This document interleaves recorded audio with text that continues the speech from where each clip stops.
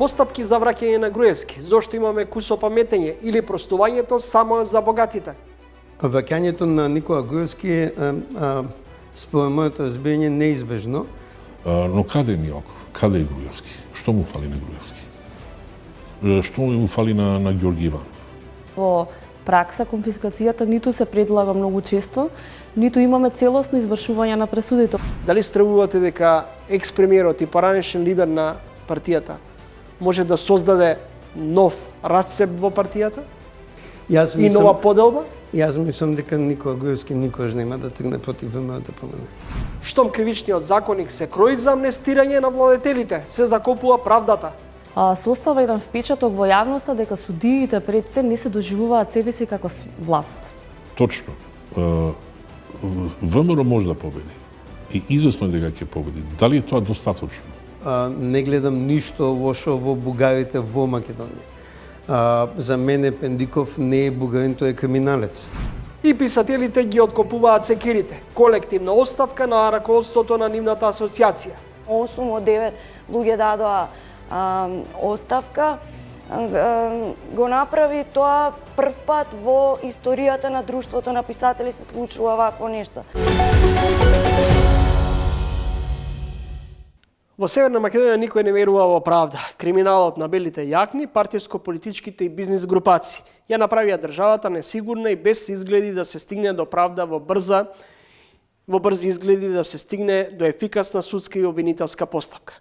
Политичките мотиви за парцијалните измени на кривичниот законник, како и амнестијата, најотворено ги потврди и вице-премиерот Битичи, кој излезе со понуда и можност за помирување. Но, вели, нема опростување. Ако помирувањето може да донесе појасна иднина на државата и за следните генерации, јас сум за помирување, вклучително и враќање на Никола Груевски, изјави Неделава Битичи. Дали оваа изјава на вице-премиерот ги открива и мотивите за експресната промена на кривичниот законник? Во ова издание на Трин гостинка е Ивана Петковска од Коалицијата за правично судење. Петковска, дали овие потези и изјави на некој начин ја дополнително создаваат револт, гнев во делот на сузбивање на криминалот, корупцијата, неказнивоста? Ваквите изјави се она што беше најавено, меѓутоа и начинот на кој што беа донесени измените на кривичниот законник во процес кога веќе имаме скоро готов нов кривичен законник, односно целото тоа брзање да се донесат овие измени, само остава еден сомнеж дека имаме некои политички влијанија во правосудството и дека некои има други позадини, а не она кое што беше најавено, а тоа се ЕУ директиви, усогласување и слично. Така што дефинитивно оставаат сомнежи овие работи за тоа дека се работи за многу покрупни работи од тоа што е навистина донесено. Дали за овие експресни измени на кривичниот законник, амнестијата, идејата за помилување, всушност се во насока на обезбедување на потребното мнозинство, во насока на изгласување на уставните промени, и дали тука препознавате обид за политички дил? Па, ќе видиме што ќе биде во иднина, меѓутоа минатото го покажува токму тоа. Значи, во 2018-2019, кога се случија уставните измени по однос на промена на уставното име на државата, имавме закон за амнестија со кој што беа амнестирани дел од обвинетите кои што беа обвинети во предметот за 27 април, односно настаните во собранието, што потоа дел од тие обвинети кои што беа во меѓувреме и пратеници гласаа за тие уставни измени. Дали измените на кривичниот законник, предлогот на законот за амнестија кој што го имаме во овој период, се некаков чекор кон уставни измени, времето ќе покаже, меѓутоа од минатото очигледно дека тој заклучок го имаме ние како граѓани. Blueprint, мрежата на граѓански издруженија која е и вашата, одлучи да излезе од работната група околу подготовката на кривичниот законник, на кој речиси 3 години партиципирате. Што беше пресудно да се повлечете од оваа работна група? Пресудно беше за експресните измени кои што беа донесени за кривичниот законник, со кои што 3 клучни кривични дела поврзани со организиран криминал и корупција беа драстично сменети, односно беа намалени казните, особено за членот 353 злоупотреба на службената положба и овластување. Откако имаме промена на власта, односно од 2016-2017 година, владата активно го вклучуваше граѓанскиот сектор во работни процеси, во носење на стратегии, политики и слично, и активно учествуваме во тие процеси како граѓански организации. Меѓутоа, во овој процес, кога се носе и текако важни измени на кривичниот законник, работната група при Министерството за правда воопшто не беше консултирана за истото. Дали сте свесно изиграни, изманипулирани или изигнорирани на некој начин? Па на некој начин ние сме заобиколени и ние како граѓански сектор, меѓутоа е работната група во која што има стручна фела и која што професори кои што работат на измените, затоа што воопшто не бевме консултирани во тој процес, а сме дел од работната група. Граѓанскиот сектор очигледно служи само како декор, односно легитимитет дека тие процеси се навистина како што треба. Меѓутоа, суштински, конструктивно не се земени предвид оние коментари и препораки кои што ги имаме дадено. Дали во идниот кривичен законник ќе се вгради делото со затвор и одземање на имот стекнат преку злоупотреби на јавните набавки, вклучително штетни договори во кои учествува државата преку министри, директори на јавни предпријатија?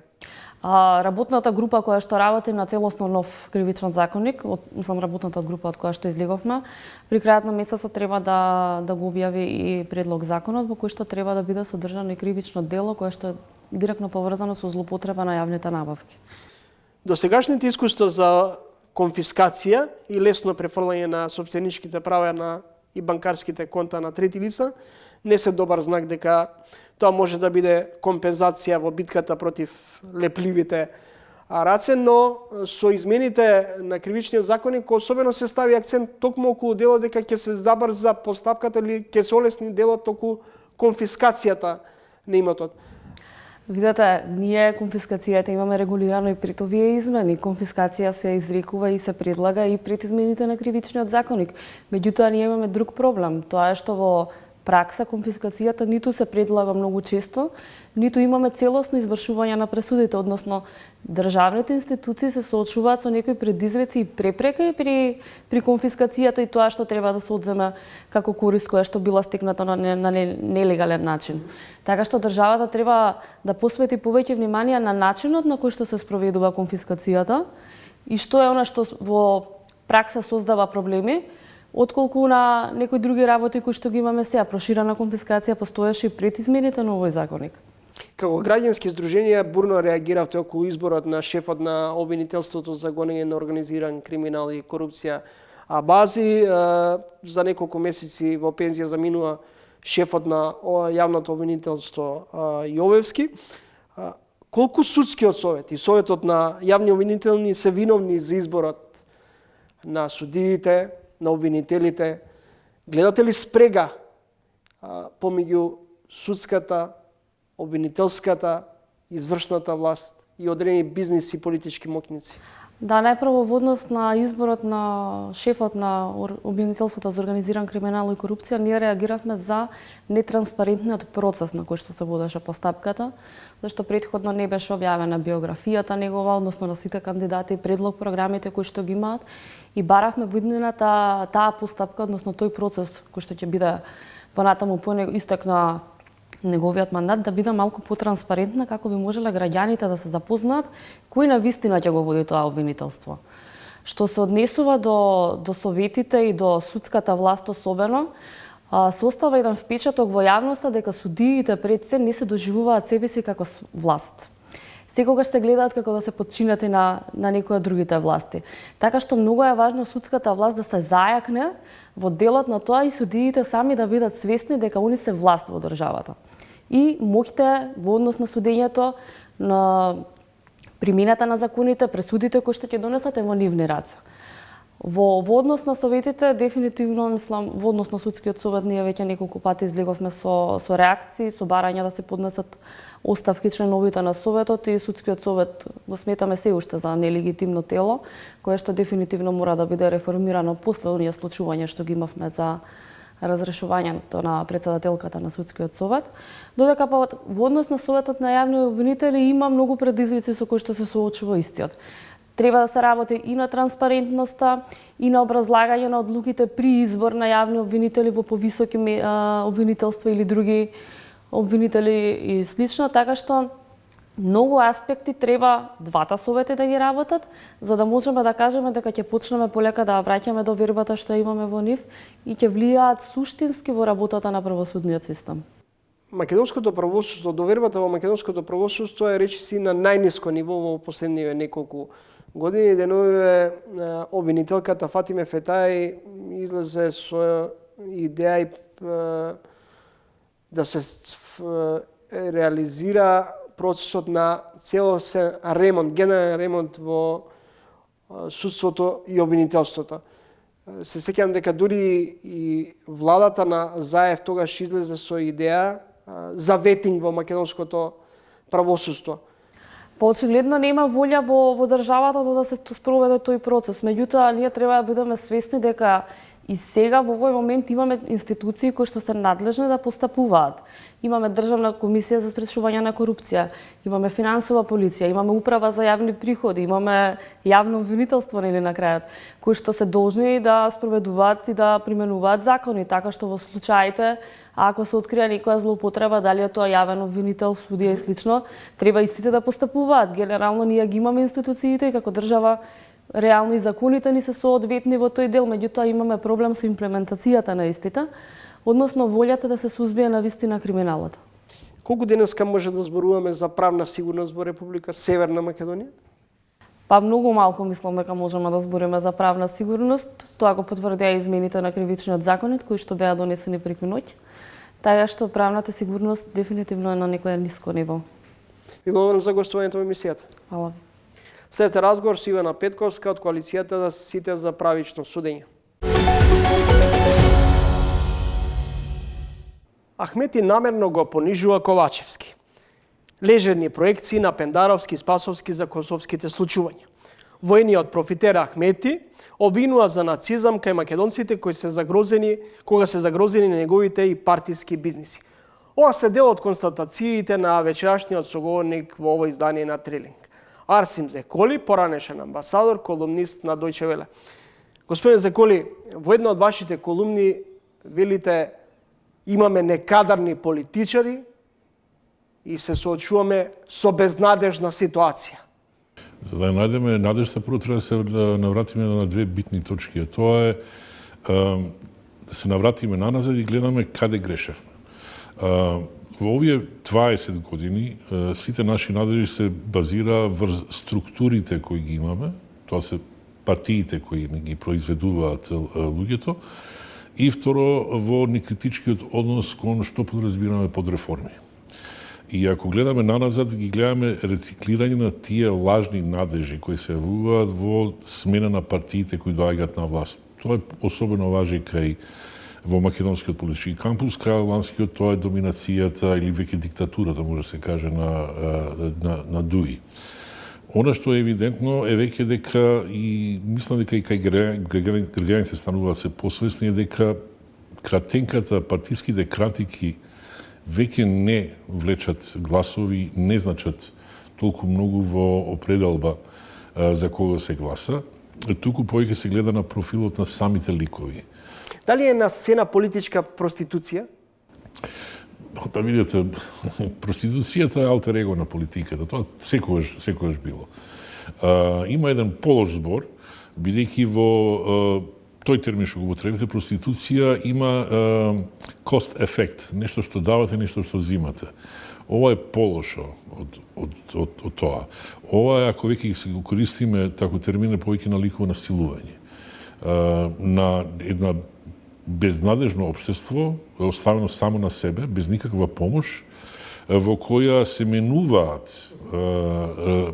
структури и имаме исто така помагачи од страна кои ни викаат, знаете што, подобро е да истрпите, но нема да ве убијат. Често слушаме од македонските водства, ние сме членки на НАТО и сме под сигурен, безбедносен чадор, но светот веројатно е пред турбулентни времиња, регионот Балканот, Блискиот Исток. На нашата моќ досега помалку како да изгледа и немоќ. Тоа го забележав непосредно по инцидентот во Банјска, кога нашите представници или се залета во молчење, или се залета во давање на некакви аспирин изјави кои се, ефектно кажам, безсмислени. Кога еден амбасадор на САД ви кажува, и тоа на 50 километри од овде, ви кажа дека ова не беше само напад врз Косово, туку е напад врз регионалната стабилност, тогаш се поставува прашање ние како земја членки и ние како функционери кои имаат врска со сите безбедносни системи на НАТО, врз основа на што ги градат заклучоците. Убаво е тоа да се смирува јавноста, да не се подреваат сомнежи, стравови, се до тоа, но тоа е само дел од одговорноста на политичарите. Господин Зајколи, вице-премиерот Битичи зборува за помилување, лидерот на ВМРО ДВМН говори за обединување. Дали на сцена може да ни биде меѓусебно простување? Тоа не е некоја новина. Тоа само се продолжува под различни форми, вербални акробации, но тоа е суштината. Да се разбереме, кој денеска е во затвор? Во затвор се оние изведувачи на 27 април. Тие мали војничиња, тие фигуринки со кои олигархијата, политиката имаат игра на сцената, иди скрши му ја главата на овој, иди покажи дека си патриот. Кој од налогодавците е зад Кели? Едноставно кој ја игра на лево и на десно. Но каде е Мијалков? Каде е Груевски? Што му фали на Груевски? Што му фали на Ѓорги Иванов? Господин Ахмети влезе, и тоа е феномен во светски рамки, влезе на црна листа и го изведе која веднаш. И го ставија Невзат Халили. Што лошо има направено Невзат Халили? Дека се залагал за Илирида, па на известен начин додека не делува конкретно, и тоа е дел од политичките права на некој лик. И да земе редица други. Што точно лошо им се има случено? И сега ние треба да дебатираме на што мислат, и седо тоа завиено во обланда дека да, ама ние правиме жртва за добро на народот. За народот го внесеме во ЕУ. А јас ве уверувам дека не во Брисел, туку ни земјите членки се држат за глава. Бидејќи тоа не е амнестија, тоа е impunity, неказливост. Санкционирана, легитимизирана, легализирана и парфимирана неказливост. Тоа е името. Нема тука никакво помилување. Ке има уставни измени, странското влијание во Македонија е константа. Ова е ваш став од летоска во јуни. Дали важи истата констатација денеска? Дали денеска се уште мислите и очекувате дека ќе се успее да се стигне до потребното мнозинство и да се донесат тие многу значајни промени со внесувањето на бугарите во преамбулата? Целата година темата беше за да се убеди ВМРО да ги даде тие неколку пратеници да се придобијат. Но всушност оно што се одвиваше под таа стратегија, тактика, се одвиваше стратегијата на така да кажеме месење на јавното мнение во прифаќање на уставните измени, помалку отколку во прифаќањето на тоа дека да, бугарите треба да бидат во уставот. Бидејќи по никоја друга логика нема аргумент зошто да не бидат. И ако гледаме во последни, споредиме со пред година дена, или пред година и пол-две, мислам дека јавното мнение е далеку по-спремно за прифаќање на таа промена, а ВМРО, бидејќи се погрижа како партија која не успева да наметне вистински идеи за промени, вистински реформи, таа полека останува на таа груевистичка матрица на следење на пулсот на кади до општеството. Дали овие промени пред се измените на кривичниот законник, предлогот закон за амнестија, помилувањето се со цел да се стигне до потребното мнозинство и за изгласување на уставните промени? Јас ги разбирам од ВМРО и секогаш држам таа дистанца дека една опозиција мора понекогаш да биде радикална за да стигне до јавноста и ги побуди чувствата на граѓаните. Но знаете што, неколку пати имам нагласувано, вие го користите зборот радикални, јас зборувам за екстремни. Тоа се екстремни поведенија. Екстремните имаат тенденција секогаш да тргнат од екстремно и се вратат на почетната точка на она против што се бореле. Радикалното е сосема поинакво. Нашата опозиција, македонски и албанска, може да наречеме со секој збор, радикални не се. Бидејќи радикално подразбира темелна промена во служба на интересите на општеството и граѓаните. Нашите опозиции, како што беше СДСМ некогаш, така и ВМРО и другите опозицијски партии се екстремни. Ти идат во еден екстрем, за да се диференцираат од владата. Но после 3 месеци во власта, стануваат исти кон нив. Во една од колумните видите СДСМ ќе биде декласирана на следните избори, ВМРО ДПМН ќе победи на изборите. Каква политичка сцена не очекува? Многу е сакам еврејската поговорка, внимавај што посакуваш, може да се случи. Со оваа опозиција, ова ВМРО и генерално оваа опозиција, на известен начин им посакувам да им се исполни жалбата. Но се плашам дека не се ни свесни каков жежок компир ќе добијат во рацете. Второ, мисијата на Мицкоски во овој момент не е толку да победи власта, колку да даде привид, едно чувство дека постои една кохерентна кохезија, една гранитна стабилност, унисоност во опозицијата, што апсолутно не е вистина. Ова во Македонија има веќе големо раслојување помеѓу начините на гледање на политиката, геополитички интереси и ориентации. Што веќе ми личи дека доаѓаме близко до нас ситуација на Италија во која имаме експлозија на мали партии. Тоа почна во албанскиот кампус од 2016. И полека се шири и низ македонскиот кампус. Видете, овие промени кои се имаат случувано од 2016 навака, нам ни се чина дека тие се само протоколарни, да се стави некој рече, да се стави некој нов закон. Но тие имаат влијание во раслојување на општеството и на граѓаните и на гласачките тела, кои може да се осетат партиите или водства да ги чувствуваат, но не може да ги дефинираат, бидејќи тие не се секогаш во контрола на се што се случува. Така да, точно, ВМРО може да победи. И известно е дека ќе победи. Дали е тоа достаточно? Тоа го гледаме на секаде из Европа, во каде што победниците победуваат, но тоа не значи дека владеат или барем владеат доволно колку што сакаат. Ова не е веќе ни Македонија, ни на Заев, ни на Црвенковски, ни на Груевски, ни на Ковачевски, на Ахмети. Јас чувствувам дека доаѓаме во еден нов моментум во кој ќе има многу повеќе политика и умешност да се балансира помеѓу навистина сосема спротивставени интереси. Од една страна, тоа ќе може да предизвика една филтрација на политичката сцена, бидејќи веќе не може да се ставаат убави девојчиња и убави момчиња колку за на камера.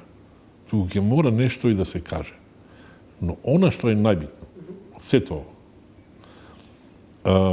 предизвикот за било каква вистинска радикална промена е само она која ќе го врати влијанието на парламентот. Сето друго, оваа владина демократија што имаме, ја практицираше Груевски. Сега ја практицира Ковачевски. Очигледно Мицкоски сака да продолжи со неа. Тоа е гарантот дека нема промени со нив. А оној што е доволно храбар да ја врати парламентарната демократија, тој можеби ќе биде најмногу изгорен, но исто така, доколку е умешен, ќе може да се обезбеди децениско владење без никаква мака. Последните анкети покажуваат и во албанскиот блок дека и натаму Дуј е супериорен и покрај, например, фактот што и влезот на партијата на Таравари не успеа да ја потисне поддршката што има Али Ахмети. И покрај тоа што претходно, например, Таравари постојано говореше дека Дуи е главниот кочничар, главниот извор на корупција, криминал. Единствената анкета на која верувам последните 2 години беа изборите во ТТО. Тоа беше анкетата во која се покажа дека Ахмети и Дуи, неговата Дуи е во незапирлив веќе пат. Дека он не може да очекува реприза на она што се случи 2020, дека ќе има некоја нов моментум на кој тој ќе се извади. Тоа е веќе завршена приказна. А со него завршува една приказна за таа генерација на Facebook политичари која се јавија во период 2015-16 на убави момчиња со многу јаки финансиски средства за рекламирање, со јака поддршка како од СДСМ, така и од ВМРО, да се спречат некои подруги, поавтентични ликови да стапат на сцена. И таа генерација беше од Артан Груби, па враќањето на Бујар Османи, па Таравари, па Зијадин Села, кои сите направија еден убав шпалир, прошетан из политичката сцена, се покажаа и дека всушност се принципиелно и карактерно далеку послаби од она што го имавме тури и во времето на Дуи од да кажеме 2004, 5 или 6 година. Така да и нивното време веќе истекува. Тоа е конфликтуозна генерација која сака да се покаже во кавги меѓу себе. Господин Зајколи, идната година председателски и парламентарни избори. Како би го портретирале идниот шеф на државата? Ме ставате во многу лоша позиција, бидејќи треба да имам некоја референтна точка на споредба. И кога го гледаме тоа, многу ми е жал, но тргнуваме од, например, ликот и имиджот на еден Киро Глигоров. Човек со искуство, возрастни години, се тоа е во ред. Но човек кој ја запечати судбината на Македонија со таа политика на еквидистанца. И со не секојаш дефинираниот однос кон соседите, конкретно односот кон Србија и кон Грција. Така да не може да биде референтна точка, се во некоја емотивна категорија, но политички, прагматично не е референтна точка. Господинот Бранко Црвенковски беше нешто што личеше како лик, како појава, како звук пред камери, но сега гледаме дека всушност и кај него постоела таа обседеност со еден мачистички однос кон политиката на еден конгломерат помеѓу војвода и комесар партизански. Господинот Иванов, навистина, нема да кажам ништо за да не го навредам, но единствено не може да се прифати. Господин Пендаровски само продолжение на таа школа. Она што во секој случај, сега немојте да мислите дека имам некој еджистички мотив или причина тоа да го фаворизирам, но она што е навистина клучно е тој човек да биде во своите доцни и зрели години. Бидејќи сите овие луѓе, со случај на господинот Глигоров, доаѓа во една фаза на доцна младост, на неизживеаност и на некоја персонална визија за како тоа функционира светот, а не реал политичка. Затоа ни треба некој кој што помалку ќе биде атрактивен за медиуми. Ќе знае да делува од позадината, да биде некој, тоа американци го именуваат како smooth operator, за помирување и за по-достоинствен вокабулар во кој се искажуваат државнички, а не политички аналитичарски ставови. Тоа е многу тешко.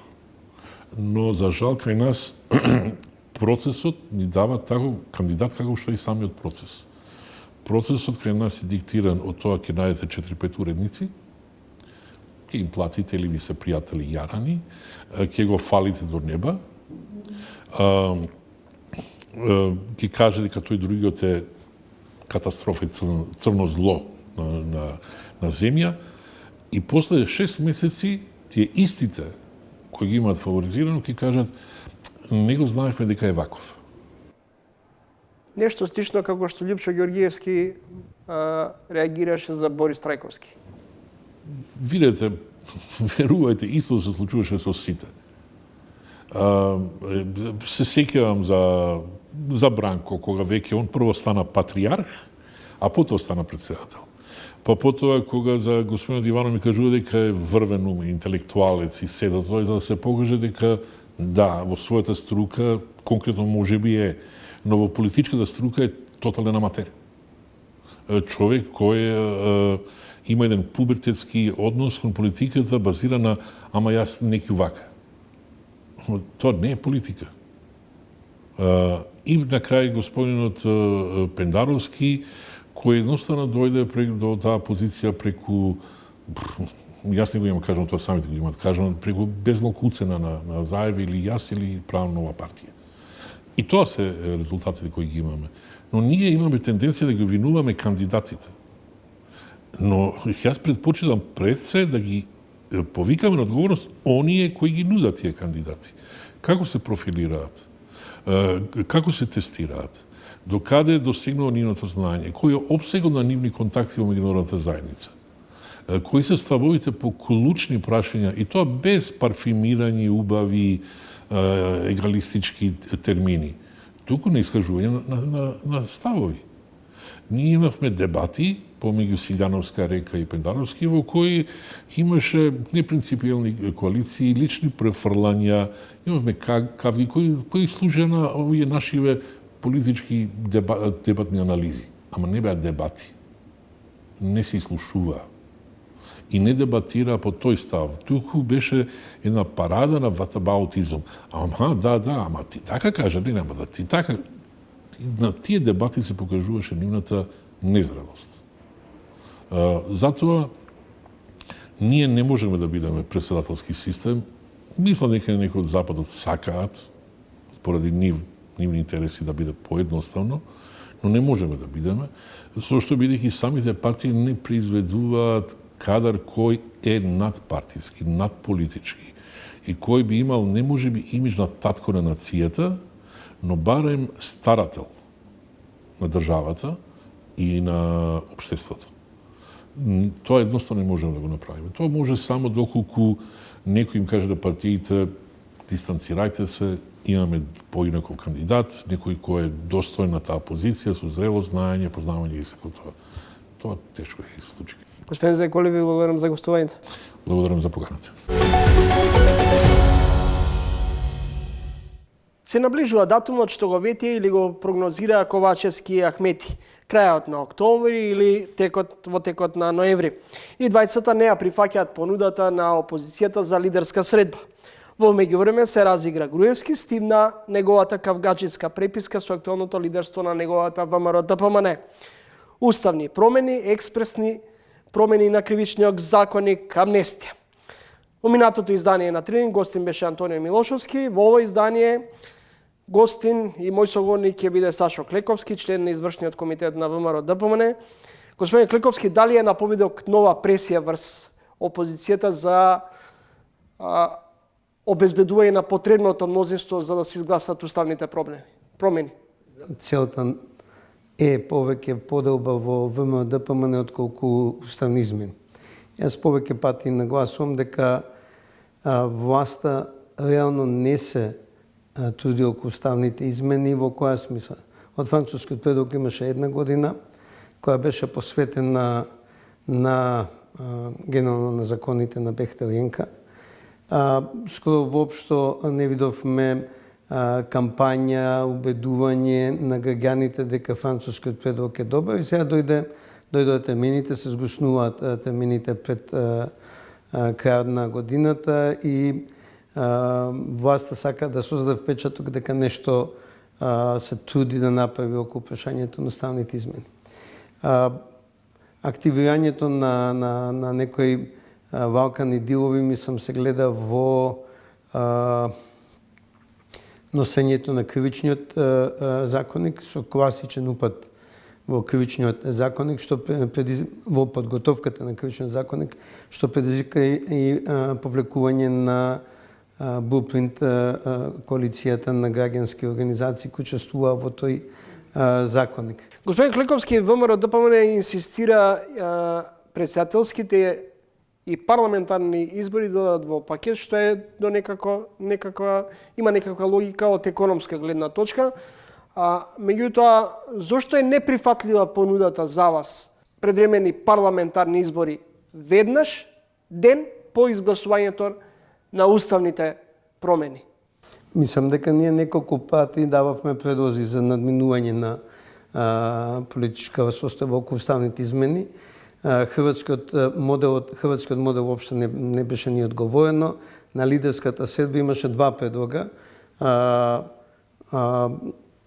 Уставни измени со одложено стапување во сила и потоа избори, и во спротивно прво избори, па потоа низа на мерки, национални, политички, економски, кои треба да обезбедат... Да, меѓутоа, тоа не е во рамките на преговарачката рамка со Европската Унија.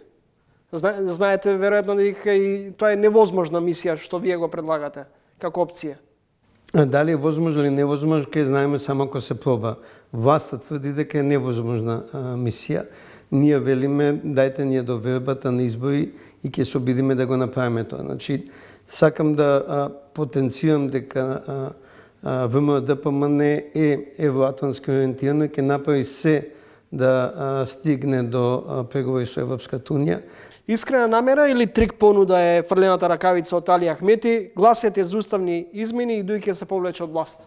Повторно, значи, на цврстиот став на власта дека нема да прифати ништо, ние дадовме два предлога.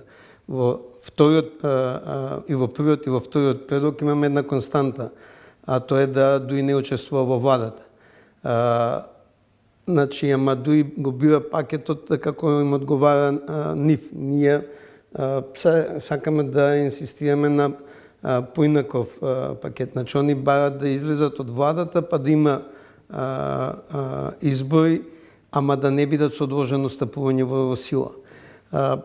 Значи, ние надвор од тесно партиски подметнување сакаме да обезбедиме разбирање дека има бар малку добра волја на бугарската страна дека ова нема да биде еден зауден чекор. Значи, дека уставните измени нема да бидат еден зауден чекор. И тоа е во третиот пакет кој го понудивме. Значи, минимални отстапки од бугарска страна. Ние не бараме реципрочни мерки и внесување на македонци во нивниот устав. Бараме да се испочитуваат неколку пресуди од меѓународниот суд. Бараме да се покаже малку почитување на нашите ставови. Гледаме дека од другата страна се засилува реториката, посебно на Радев и Јотева. И во таа ситуација сметаме дека најверојатно ние ќе се доведеме во следниот чекор да биде само вето, да се сами себе ветираме и да застанеме со процесот, бидејќи ќе дојдеме до барања кои ќе бидат комплетно неприфатливи. Каков е вашиот став во однос на можноста и шпекулациите дека Груевски би можел да се врати во земјава? Во светот помирувањето е повезано со два концепта. Правда и помирување или вистина и помирување. Значи, тој не може да постои без или да има правда, или без да има вистина. Бар да знаеме што се случило и зошто сме доведени во ваква состојба. Не може да има помирување ако се прескокнат тие две работи, пошто ќе останат меѓу нас лагите, невистините, не знам што све ќе остане меѓу нас, што понатаму ќе не повезира. Тоа е едната работа. Враќањето на Никола Груевски е, според моето разбирање, неизбежно, затоа што порано или покасно правните лекови во земјата ќе се исцрпат ако Врховниот суд се смилува да постапува по нив. И меѓународниот суд ќе има само една можност да пресуди, а тоа е дека важат амнестиите од председател Георги Иванов.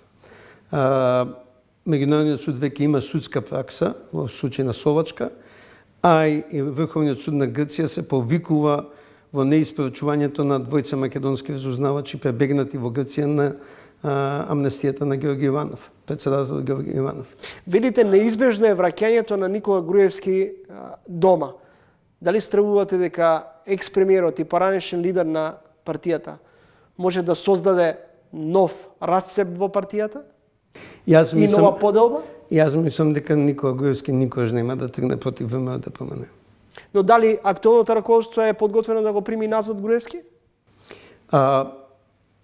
Раководството ќе се искаже. Мојот животен став е дека кога ќе замините од функција, треба да го почитувате новото раководство. Јас сум бил 18 години директор на една организација.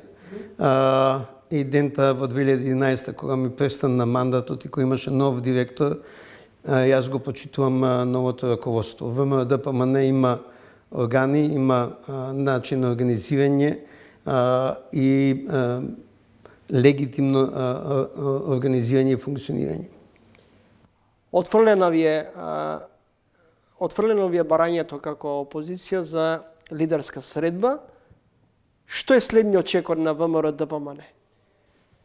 Да ја прифатите реалноста дека идната година ќе бидат редовни председателски и парламентарни избори?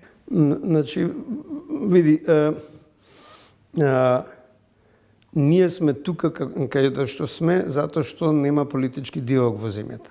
Затоа беше и Пржинскиот договор. Тоа беше на барање на СДСМ. Види за колку кратко време на ВМРО-ДПМН му требаше до тој момент да стигне 10 години да стане непомислена и авторитарна власт. Сега на СДСМ им треба 2 пати помалку да стигне до точката на каде што одбиват политички диалог, каде што има комплетна протогеризација на комуникациите со јавноста, на анкети, каде што се стават знаменциња на европски на било кој закон, каде што се прават упади во закони кои доведоа да една пролева групација на граѓански организации излезе од подготвување на кривичниот законник. Значи, следното веројатно ќе биде да излеземе од парламентот. Предпоставам дека тоа ќе се случи ако насила се турка законот за амнестија, кој тргна од една банална идеја да се амнестираат ковид осудените за прекршување на ковид мерки, а сега гледаме дека стана мерка каде што власта турка своји агенди. Председателот Мицковски најави и денови поточно изјави дека околу 20 на имиња се сондираат околу можни кандидати за иден шеф на државата. Дали Сашо Клековски е можен кандидат за председател на државата? Точно е дека ВМРО-ДПМН во моментот прави анкети за расположението на граѓаните. Процесот е во доста широка фаза, условно да кажам, бидејќи анкетите се истовремено и платформа на консултации. Бев прашан и да, вклучен сум меѓу 20 кандидати за кои во моментот се врши сонтажа. И јас лично мислам дека многу по-ефективен ќе бидам на други позиции, меѓутоа останува да се види како ќе се развива политичката состојба во Македонија. Важно е слоганот на ВМРО-ДПМН. Што е поважно? Мицковски да стане премиер или ВМРО-ДПМН да успее да формира влада, без разлика кој ќе влезе на Илинденска број 2, поточно кој ќе го замени Ковачевски? Како мислиш дека ќе има ситуација во која ВМРО-ДПМН ќе биде во владата, нема да има премиер? Ние сметаме на победа на изборите која ќе ни возможи самостојно формирање на влада. Наш префериран партнер за формирање на влада се опозицијските партии, значи без алтернатива и другите. Така да не гледам во која ситуација би можел ВМРО-ДПМН да учествува во влада, а председателот на ВМРО-ДПМН да не биде премиер. На крајот од овој разговор би сакал, бидејќи долго време бевте и во невладиниот сектор, ги анализирате сите актуелни случувања, да ми ја објасните формулацијата бугаризација. Нема да прифатиме диктат под бугарски диктат и бугаризација на државата. Значи, јас повеќе пати имам искажано дека и јас лично немам ништо против бугарите во Македонија. Напротив, јас имам колеги, пријатели кои се бугари, бугари од Македонија, бугари од Бугарија кои живеат во Македонија со децени и исто така важна голема група се бугарите од Бослеград и од источна Димитровград, трговиште од источна Србија. Значи има професори на медицинскиот факултет, имам колеги во мои поранешни организации и јас не гледам ништо лошо во бугарите во Македонија. За мене Пендиков не е бугарин, тој е криминалец. Обидите за формирање на двете последни издруженија комплетно фрлат во сенка дека во Македонија функционираат бугарски културни центри во Скопје, во Велес, во други градови кои не предизвикуваат такви контраверзи како што предизвикува здруженијата во Битола и во Охрид. Имаме и партија ГДУ која е со јасно пробугарски стави и учествува на изборите. Значи, за кои права збориме, за кои неможности. Пред 20 на години може би има работев на стратегијата за Агенција за остварување на права на заедниците. Значи, сите заедници не споменати во Уставот имаат агенција само за нив. И египтјаните, хрватите и црногорците, например, беа многу активни преку таа агенција, заедниците нивни. Прашањето е сега зошто се бара ова промена и дали е последна промена.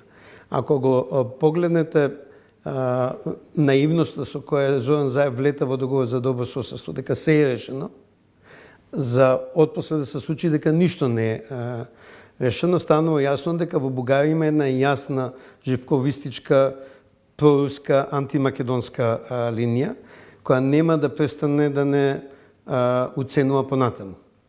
Со постигнување на крајната цел, а тоа е да го постигнат истото што го постигна Грција. Временско и територијално разграничување. Временско дека македонци има по 44-та, територијално дека македонци има само во сегашна Македонија. Значи, ни и гледате нивните напори во Албанија да ја бугаризираат тамошната македонска заедница. Значи, таа струја, која е доста мокна, во која припаѓат председателот и подпредседателот, нема да ги смени позициите. Со оној состав на комисијата и со тој председател од бугарска страна на комисијата за историја, јас сум сигурен дека ќе инсистираат на бугаризација на оние што се херои за нас, а нив не им се толку важни. Има 1-2 месеци имаше бугарска анкета од парламентот спроведена нивна, кои се најважни бугари во историјата на Бугарија. Зборам од Аспарух наваму. За нив се најважни Левски и други јунаци. На листата од 20 други. Го немаше Гоце Делчев. За другите да не зборам. Само на едно место има пресек меѓу нивните, условно да кажам, херои и нашите, тоа се Кирил и Методи. Кирил и Методи начално е веќе решен. Меѓутоа, ако они продолжат да инсистираат дека Гоце Делчев е бугарин, што ќе се случи, освен дека ќе признаеме дека пред 44-та ние сме биле бугари, во 44-та со одлука на Тито сме станале македонци. Мислам, тоа нема да го дозволиме. Слушајќи ве внимателно, заклучувам дека дури ако дојдете на власт, дека нема да форсирате по секоја цена да го решите проблемот со Бугарија, бидејќи велите дека Бугарија не може да излезе од матрицата на живковизмот. Значи, за мене мала надеж е сегашната коалиција, пошто огромно мнозинство од провокациите што моментално се случуваат се одвојат со Радев и Јотова. Имам мала надеж дека со ГЕРБ на Бојко Борисов и со промените продолжуваат на Кирил Петков има можност малку да се спушти топката и да дојдеме до условно кажам вразумување, да ја престанеме ова спирала на влошување на односите. Клековски ви благодарам за гостувањето во емисијата. Ви благодарам за поканата. Следете разговор со Сашо Клековски, член на извршниот комитет на ВМРО ДПМН. Следите Трилинка во продолжение. Фросина Пармаковска е писателка на раскази, рецензии, автор на 4 романи, меѓу кои и романот Одбројување, за кој има добиено награда на роман на годината и е преведен на бугарски и украински јазик. Во ово издание на Трилинг, повод за нејзиното гостување се турбуленциите во Друштвото на писатели. Пармаковска, што беше иницијалната каписла за колективната оставка на председателството? Верувам дека иницијалната каписла е незадоволството од работата на председателот на Друштвото на писателите и председателот на Собранието, односно нивното маргинализирање, обезгласување и недоволната вклученост во работата. Да појаснам, председателството кое што даде колективна оставка, односно 8 од 9 луѓе дадоа оставка, го направи тоа прв пат во историјата на Друштвото на писатели се случува вакво нешто. Го потенцирам ова затоа што имаше обиди да се изманипулира со оваа информација, значи за прв пат во 76 години од постоењето на ДПМ се случува 8 од 9 члена да си заминат. Имало случаи кога 1 или 20 членови си заминувале, но мнозинство во случајов без малку целото председателство не се случило никогаш. Во случај кога 1 или 20 членови си одат, природно е да се заменат со оние членови кои што на листата на последните избори имале најмногу после нив гласови. Но тоа е природно кога е за 1 или за 2 члена, затоа што не може, нели, секогаш кога еден член ќе се откаже, а може да се откаже и од здравствени причини, од разни причини, не може секогаш да се закочува работата и да се повикуваат нови избори. Но ова е случај кога за прв пат во историјата 8 од 9 луѓе заминуваат и јасно е дека избори вонредни мора да има. И јас повеќе отколку причините на членовите на председателството, повеќе можам да кажам за бурната реакција по тоа што следуваше од повеќе луѓе, меѓу кои бев и јас, и од помладите автори, од повозрасните автори. Бурната реакција беше поради тоа што имаше обид тие 8 луѓе да се заменат, да се пополнат местата, просто да се изберат други луѓе и да се сместат, да се направи ново председателство, што е, верувајте ми, не можам да најдам соодветен збор, а да не звучи навредливо, ќе го именувам тоа како скандалозен обид. Тоа ќе беше скандалозен обид, просто да се одеднаш да се сменат, тоа се луѓе со интегритет, со голем книжевен багаж, луѓе со големо искуство, секој во својата област, просто не можете така да ги смените. Пармаковска и председателот Христо Петровски си поднесе оставка. За него станува збор за колективна деструкција. Тој, меѓу другото, обвини, цитирам, пропаганда и притисоци кои се штетни за националните интереси и врз положбата на македонскиот јазик, литература и култура. Дали ова ви мириса на национализам или на диктатура? Мене ова ми е апсурдно. Мислам дека какви национални интереси, значи сите тие реакции беа првично потикнати од желбата ДПМ конечно да расчисти со своето минато, со својот багаж и да проба да фати еден, да речем, добар, правилен пат. Дали Друштвото за писатели всушност стана приватна фирма на одредени луѓе?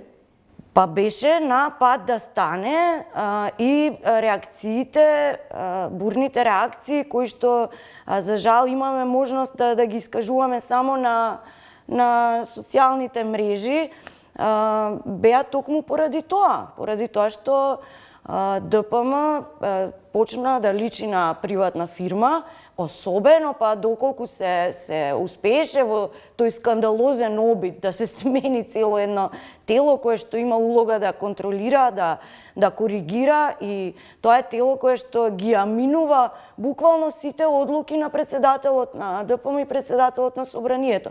Без тој управен одбор не може да помине ниту одлуки за финансиски трошоци, ниту за активности на друштвото, ниту за избор на комисии. Значи се треба да биде во согласност и во комуникација со тоа тело. Не може просто така да го смените.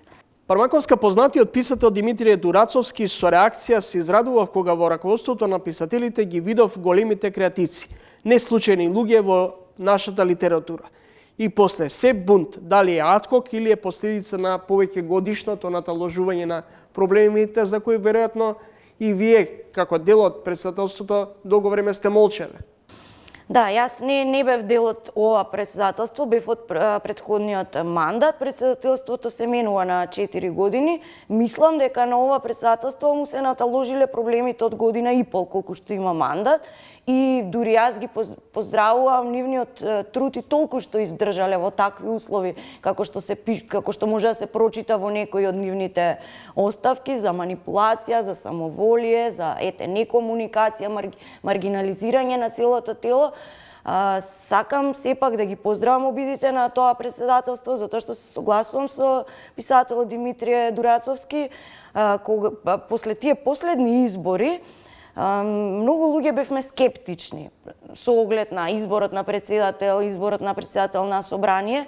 Еве, ќе зборувам во мое лично име, бев доста скептична, но поради изборот на председателството, тој управен одбор, каде што членува навистина луѓе со, ќе повторам, огромен книжен багаж, луѓе со интегритет, ние сите верувавме, голем дел од членството веруваше дека токму тоа председателство ќе успее да направи некаков пресврт. Еве, после година и пол, очигледно не успеало, и ја поздравувам нивната одлука за така колективна оставка. Какви промени очекувате да се случат во Друштвото на писатели и што очекувате всушност? Корените промени. Значи, прво очекуваме да има избори.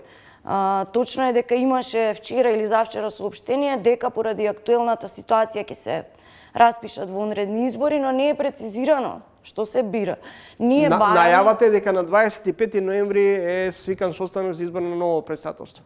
Да, е напишано само вонредни избори, не е прецизирано што се бира, а ние едногласно бараме да се бира нов председател на Друштвото на писатели, нов председател на собранието и ново председателство комплетно. Значи, сето тоа што е сега, после оставките, после колективната оставка, е нелегитимно. Бараме целосно нови избори на нови функции и на нови придружни тела што се во ДПМ. А кои се очекувањата на подолг рок, исто ме прашавте, очекуваме конечно темелни промени. Напуштање на тие минати пракси, на действување според лични интереси, действување во корист на поединеци, создавање кругови, релации кои што почиваат на давање и возвраќање услуги, модернизирање на друштвото, обединување на друштвото и на писателите од различни генерации, на писателите од различни градови, на писателите кои што живеат во странство. Конечното очекување е целосен нов вредносен систем кој што ќе го подигне на нивото на Друштвото на писатели, не само во рамките на книжевната сцена, туку и во општествено-политички културолошки контекст. Дали писателите, може би не сите, но голем дел од нив се стуткани во скутот на дневно-политичките водства? Барем тоа не верувам. Дури мислам дека во друга крајност се оди, барем за друштвото ако збориме, друштвото е прилично безгласно во однос и на дневно-политичките, но и на поважните теми кои што се случуваат во нашите времења. Културата денес, со еден збор. Со еден збор.